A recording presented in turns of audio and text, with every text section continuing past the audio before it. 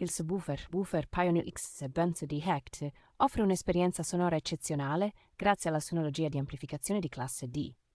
Con una potenza massima di 200 watt, garantisce bassi profondi e dinamici che migliorano qualsiasi tipo di musica. Il controllo digitale dei bassi permette di personalizzare il suono secondo le proprie preferenze, rendendolo adatto a diversi generi musicali. Le dimensioni compatte e il design elegante consentono un'installazione flessibile senza compromettere lo spazio nel veicolo.